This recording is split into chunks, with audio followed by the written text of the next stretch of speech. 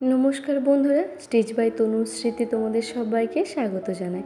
আজকের ভিডিওতে আমি তোমাদের দেখাতে চলেছি একটা সুন্দর স্লিভ ডিজাইন। তো চলো কিভাবে স্লিভ ডিজাইনটা আমি তৈরি করি তোমাদের সাথে ভিডিওটা শেয়ার করি। তো এখানে প্রথমে আমি আস্তর কাপড় নিয়ে নিয়েছি, লম্বা নিয়েছি 7 ইঞ্চি, আর মোহরি নিয়েছি 6 ইঞ্চি, আর আর্ম হোলের শেপ নিয়েছি 8.5 ইঞ্চি, আর তার ডিজাইনটা দেওয়ার জন্য লম্বা নিয়েছি আমি 2.5 ইঞ্চি, আর প্রস্থ নিয়েছি আমি 2 ইঞ্চি।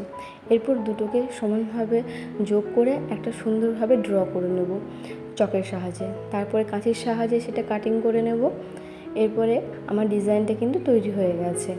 এরপর আমি কিন্তু এখানে আস্তরের কাপড়টা, হাতার যে কাপড়টা আছে সেই কাপড়ের উপরে আস্তরের কাপড়টা রেখে এটাকে স্টিচ করে নেব। তো এইভাবে আস্তর কাপড়টা কিন্তু কাটিং করে নিতে হবে। আর হাতার যে মেন কাপড়টা ওটা কিন্তু কাটিং করা যাবে না। প্রথমে হাতার কাপড়ের উপরে লাইনিংয়ের কাপড়টা এইভাবে সেলাই করে নিতে হবে। এরপরে কাঁচির সাহায্যে সেটা কেটে বাদ দিয়ে দিতে হবে। তারপর আমরা যে সেলাইটা করে দিয়েছি সেই সেলাইটা যাতে যেহেতু ফোল্ড করব সেই জন্য কাঁচির সাহায্যে একটু কেটে নিলাম, যাতে কাপড়টা আস্তরের সঙ্গে খুব ভালোভাবে বসে যায়। তার জন্য এখানে আমি কাঁচির সাহায্যে কিন্তু সাইডে যে এক্সট্রা কাপড়টা আছে সেই কাপড়টা কিন্তু আমি কেটে নিলাম। এরপর কাপড়টি আর আস্তরটিকে উল্টো করে নেব, আর ভালো করে হাতে কিন্তু প্রেস দিয়ে চেপে সেলাই করে নেব।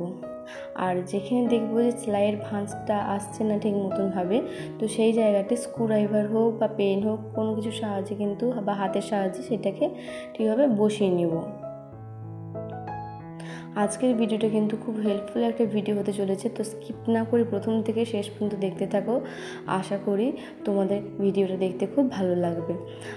এইভাবে চাপ সেলাই একটা দিয়ে দিলাম, এবং চাপ সেলাই দেওয়ার পর এরপর ওপরে যে আস্তরের সঙ্গে যে ব্লাউজের হাতার যে কাপড়টা আছে সেই কাপড়টা কিন্তু আমি সেলাই করে নেব।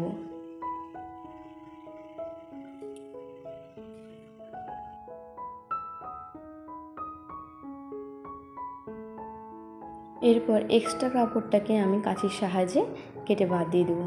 তো আমার এখানে তৈরি হয়ে গেছে। এরপর ডিজাইন দেওয়ার জন্য এখানে ফেব্রিকে কাপড় নিয়ে নিয়েছি আমি 3 ইঞ্চি, মানে দুই দিকে কিন্তু আমার সমানভাবে কাটিং করা আছে 3 ইঞ্চি।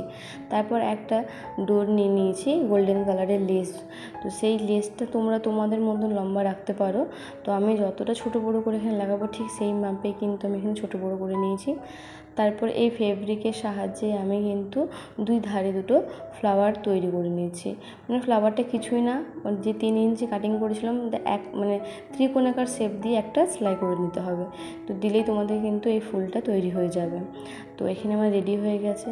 এরপর এটাকে ভাঁজ করে এখানে হাতে কিন্তু স্টিচ করতে হবে। এখানে কিন্তু মেশিনে স্টিচ করলে ভালো লাগবে না, এখানে হাতে স্টিচ করবে। তো আমার কিন্তু হাতে ডিজাইন তৈরি। আশা করছি তোমাদের ভিডিওটা ভালো লেগে থাকবে। যদি ভালো লেগে থাকে তাহলে অবশ্যই লাইক, শেয়ার, সাবস্ক্রাইব করতে ভুলবেন না। দেখা হবে নেক্সট ভিডিওতে। টাটা।